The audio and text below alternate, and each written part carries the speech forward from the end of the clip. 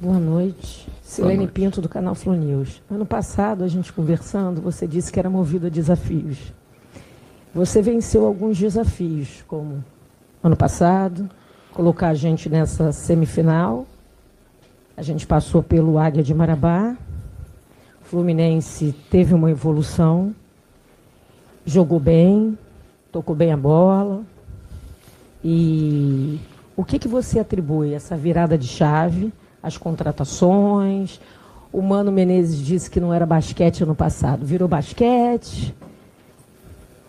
Fala um pouco dessa mudança de chave do jogo da Copa do Brasil para cá. Boa noite a todos. Vou falar um pouquinho sobre o jogo. Acho que o jogo ele resume bastante o que vem acontecendo com a gente nas últimas rodadas, né? A gente já vem de uma série de 7 jogos sem derrota. Isso foi dando afirmação, foi dando construção para a equipe. Antes era impossível a gente entregar um jogo muito melhor. O início da temporada no Brasil é terrível para os clubes grandes. E a gente fica naquela ânsia. Ao colocar uma equipe C, porque ela não consegue fazer resultado, e o torcedor já começa a ficar nervoso e olha na tabela, e a gente também. Você começa a olhar que os outros times estão se distanciando, e aí você quer colocar antes da hora, e se coloca antes da hora machuca, e não tem condição de render. Então a gente, pela experiência de já ter passado muitas vezes por situações semelhantes, segurou o máximo que a gente pôde. Depois deu um pouquinho de sorte. É importante dizer que deu um pouquinho de sorte. E aí, à medida em que chegou bem. Chegou com condição de entregar um jogo melhor. A exceção foi o jogo diante do Bangu, onde a gente não teve bem, mas eu disse aqui que aquele não era a gente, que nós éramos a outra equipe que tinha jogado os jogos anteriores, e os 2 jogos seguintes confirmaram que a gente tinha razão em relação a isso. Acho que a equipe começa a poder enfrentar o adversário com mais lucidez, com construção de jogada de qualidade. É um somatório. Chegaram jogadores importantes, claro que chegaram jogadores importantes. Hoje eles já estão mais ajustados. Acho que é uma coisa, já é uma sensação boa de você enxergar algo que te agrada. E que pela produção da equipe em termos ofensivos nos últimos jogos, já diante do Nova Iguaçu, a gente fez um jogo com bastante produção ofensiva. Fizemos um bom clássico com o Vasco em Brasília, também com boa produção ofensiva. O jogo do Flamengo foi um jogo mais parelho, porque valia muito naquele momento a gente passar pelo jogo em si, da maneira como passamos. Então vamos construindo, e à medida em que a equipe vai se afirmando, como foi possível ver nesses jogos, acho que cada vez a gente pode entregar mais. Os jogadores vão ganhando esse lastro de equipe bem postada em campo, vai criando dificuldade para os adversários, e ao criar dificuldades, tanto ofensiva quanto defensiva, a gente se torna uma equipe bem forte, que é o que precisa ser nessa hora importante. Boa noite, mano. Cauã Tinoco, do Jornal da KTO 1902. Mano, antes de começar a temporada, eu lembro que você deu uma entrevista citando até uma possível meta de 100 gols, que isso tornaria um time competitivo, né? Vencendo os times competitivos que brigam por títulos, que brigam lá em cima, geralmente passam dessa meta. Contando com hoje, né, os últimos 4 jogos são 17 gols, é quase 20% desse número inicial. Queria que você comentasse um pouco da evolução do time nesse ponto, né? Se era uma coisa realmente mais voltada até em reforços, né? Você chega a comentar que buscaria reforços para ajudar geralmente nesse número de gols, e vindo, obviamente, ali do lado de um trabalho que vem sendo construído na temporada, com uma pré-temporada em 2025. Obrigado. A gente... Você sabe que a gente vive um dilema da capacidade de investimento que cada um tem. E cada um escolhe o seu rumo de acordo com o dinheiro que pode investir. Nós escolhemos o rumo de trazer alguns jogadores jovens, da América Latina. E colocar junto com eles jogadores que tenham um lastro já importante, sejam maduros para sustentar essa oscilação que os jovens vão ter. Eu acho que isso é importante. Veja que há 3 rodadas atrás você discutia se Arias podia jogar no meio ou se Arias deveria jogar de ponta. Jogou contra o Águia de Marabá de ponta e jogou muito bem. E hoje jogou de meia e também jogou muito bem. Então, a equipe vai se construindo. É visível que hoje nós temos um jogo mais posicional. Mudou a característica do que a equipe fazia há 2, 3 anos. Né? Demorou um pouco, porque ainda a gente enxergava, quando o jogo se tornava um pouco difícil, aquela ansiedade de querer se aproximar muito da bola, de fazer... né? Corredor como se fazia antes com bastante gente. Isso atrapalhava o jogo que a gente queria construir, né? Hoje a equipe já está ficando mais posicional. Os resultados vêm trazendo a tranquilidade para ela esperar o momento certo da movimentação. Jogo posicional não quer dizer que você fique engessado no mesmo lugar. Jogo posicional quer dizer que você espera num determinado lugar para depois fazer a movimentação correta. E a equipe começa, ao fazer gols e criar com bastante quantidade de jogadas ofensivas, ganhar confiança para trabalhar dessa maneira. E aí penso que todos certamente vão crescer, porque o futebol precisa muito disso. Boa noite, mano. Meu nome é Pedro Ramos, da Sintonia Esportiva. Primeiro, um prazer falar contigo. Primeiro jogo no Maracanã, trabalhando em loco. Ontem eu estreiei no Flamengo e Vasco. A minha dúvida para o senhor é sobre as contratações da Fluminense possa visar a fazer a partir do 10 de março, quando a janela nacional abre. O Fluminense venceu 8-0 o Águia de Marabá, fez 4 agora, 6 de média por jogo. A minha dúvida é se você acredita que o Fluminense tenha elenco ainda para poder competir nas 3 frentes, Sul-Americana, Brasileiro, Copa do Brasil, além das finais do Carioca também. E caso não tenha elenco, existem lacunas ainda a serem descobertas, a serem preenchidas, quais são essas lacunas do seu elenco? Muito obrigado. Bom, o que falta geralmente nessa hora é dinheiro, né? Que é uma coisa importante para você sonhar e realizar seus sonhos. Acho que o elenco do Fluminense é um bom elenco. É um elenco que permitirá ao treinador fazer várias escolhas diferentes de maneira de jogar, de ter alternativas para jogos diferentes.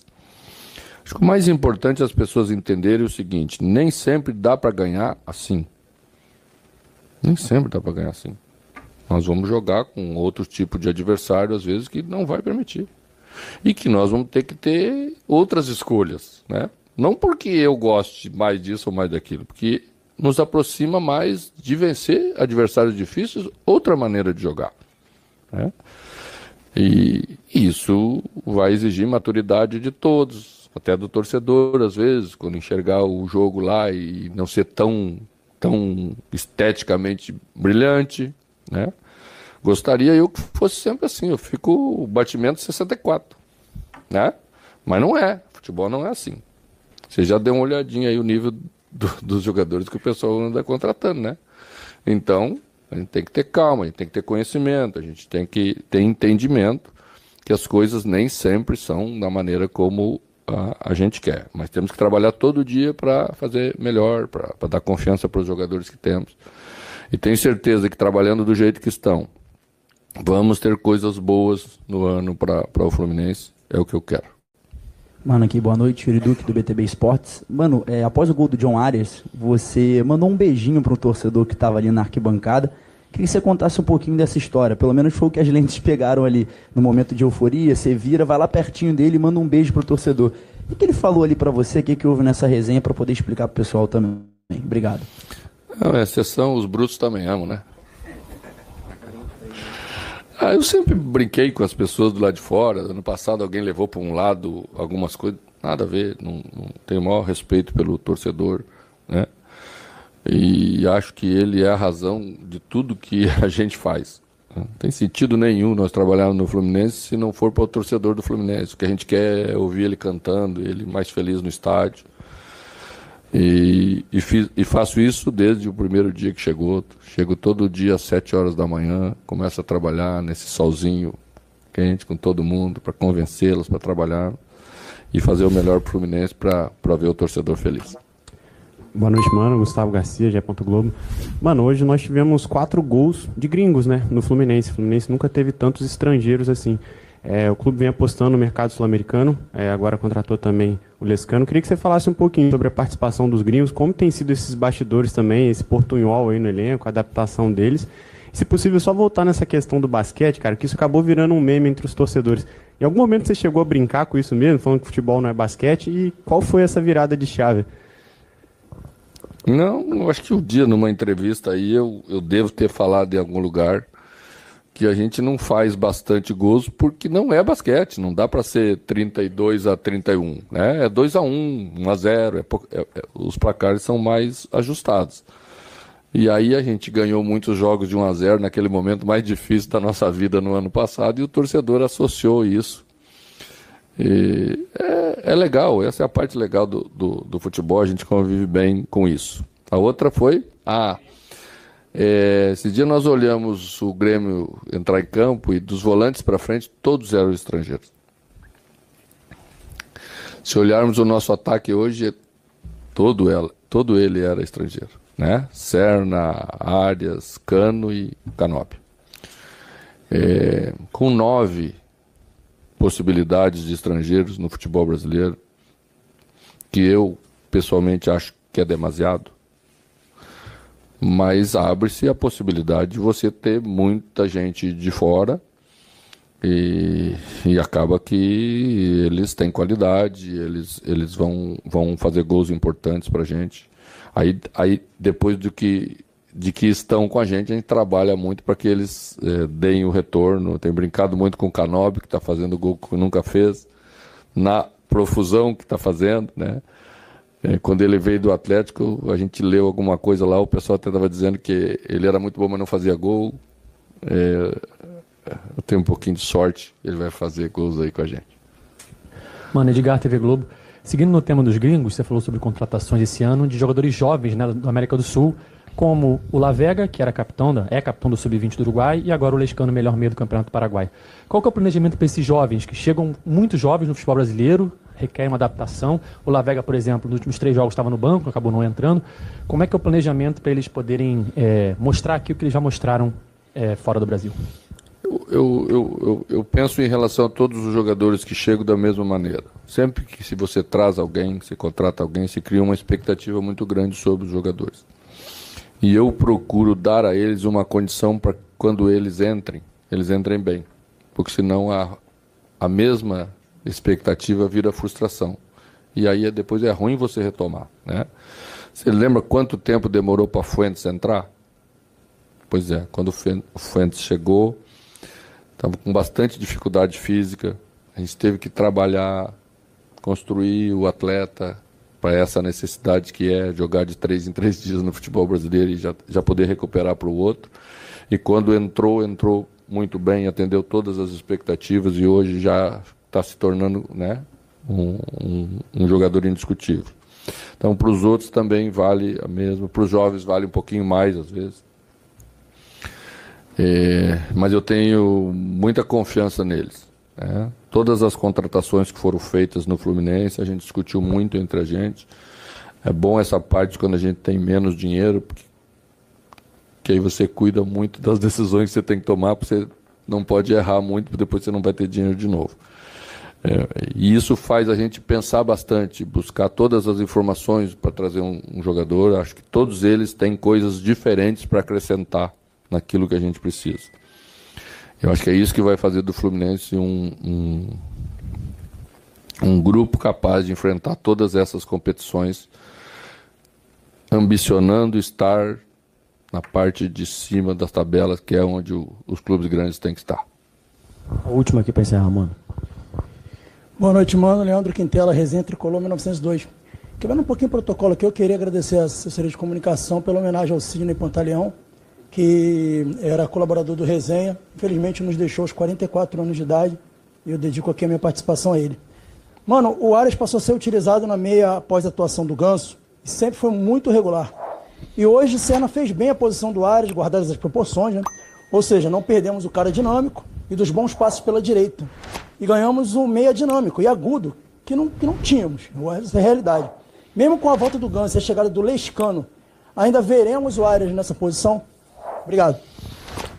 Bom, veja como o futebol é duro. A primeira vez que nós jogamos com Arias, Serna pela direita, Cano de centroavante e Canó pela esquerda foi no clássico contra o Botafogo. Perdemos, veio uma chuva de críticas e aí já não serve. Por isso que o técnico tem que ter calma, tem que ter confiança no trabalho. Às vezes você faz as coisas não funcionam tão bem, mas não funcionam por esse ou por aquele motivo. Tem que ir atrás dessa avaliação correta para depois você poder repetir e funcionar melhor, né? Eu acho que ele pode fazer a função. É óbvio que fica um time em que você vê Arias jogando como um antigo ponta de lança. Os que são mais velhos aí, como eu, sabem do que eu estou falando. Tu é muito jovem. E às vezes o time se distancia um pouco, né? Então ele tem que estar muito bem compactado atrás, ele tem que dar sustentação, os volantes têm que se aproximar mais dessa última linha. O time tem que estar mais entrosado coletivamente para que essas falhas não custem caro depois para você perder. Você ganha muito potencial ofensivo. Acho ele um jogador brilhante, seja pelo lado ou seja por dentro. Aliás, ele nunca jogou só pelo lado, né? Ele partiu do lado para dentro para ser um jogador completo. E é isso que a gente quer dele.